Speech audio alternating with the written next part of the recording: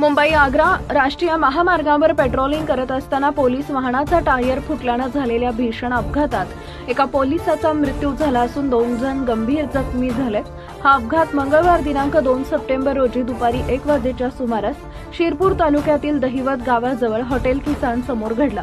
मिळालेल्या माहितीनुसार महामार्ग पोलीस मदत केंद्र दहिवत येथील पोलीस अंमलदार नवल वसावे, प्रकाश जाधव आणि अनिल पारधी MH18BX0232 क्रमांकाच्या बोलेरो वाहनानं महामार्गावर पेट्रोलिंग करत होते। दरम्यान बोलेरोचा मागील टायर अचानक फुटल्यानं वाहन उलटलं आणि त्यात 3ही पोलीस जखमी झाले।